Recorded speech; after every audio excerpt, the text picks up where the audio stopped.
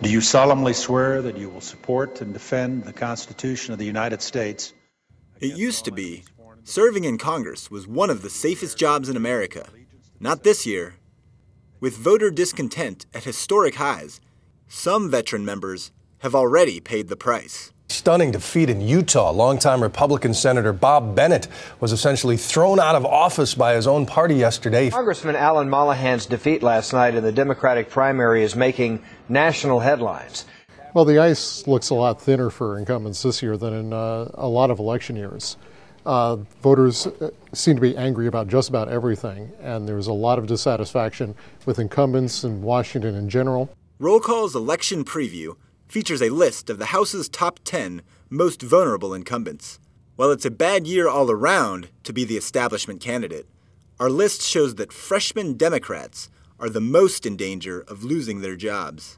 This is pretty much a pro-Republican year, or it's looking like it's going to be a pro-Republican year. So a lot of the Democrats who were elected in 2008 are going to be the most vulnerable to being unseated this year. A lot of them are holding districts that are typically Republican strongholds.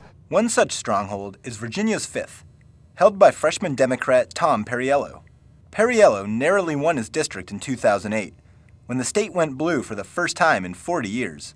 But now he is being hammered by opponents like Virginia State Senator Robert Hurt for his votes in Washington. With the election of this new Congress and this new president, we've seen policies that I believe are going to result in job losses. I think that they're job-killing policies. CQ Roll Call rates the Virginia 5 race as a toss-up, in large part because Perriello had such a close race 2 years ago and faces a very determined Republican opposition in a very politically competitive district this year. Out west, former Congressman Steve Pierce is finding that being on the other side of elected office is a benefit in his efforts to reclaim his old southern New Mexico seat from freshman Harry Teague. Right now, the incumbency is as much a penalty as a gift.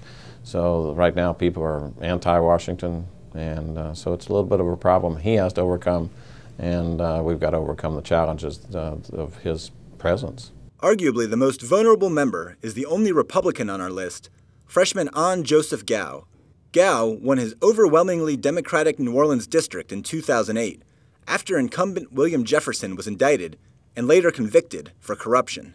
Congressman Gao has been trying to paint himself as somebody who can go against his party to stand up for New Orleans, but it's going to be a tough race. That just the dynamics of this district are stacked against him from the start. Gao was the only Republican to vote for President Obama's health care bill, but even that likely won't be enough to save him. We're seeing that voters are really angry. The polls show that they're angry over the deficit, the economy, Washington in general, and they seem to be willing to take it out on incumbents this year. We don't know if a lot will lose, but there's certainly a lot more incumbents that being seriously challenged this year than you'll see in a normal election cycle. Learn more about the other vulnerable members on our list and get full coverage of all the competitive races in the midterm elections in our election preview special section, available online at www.rollcall.com.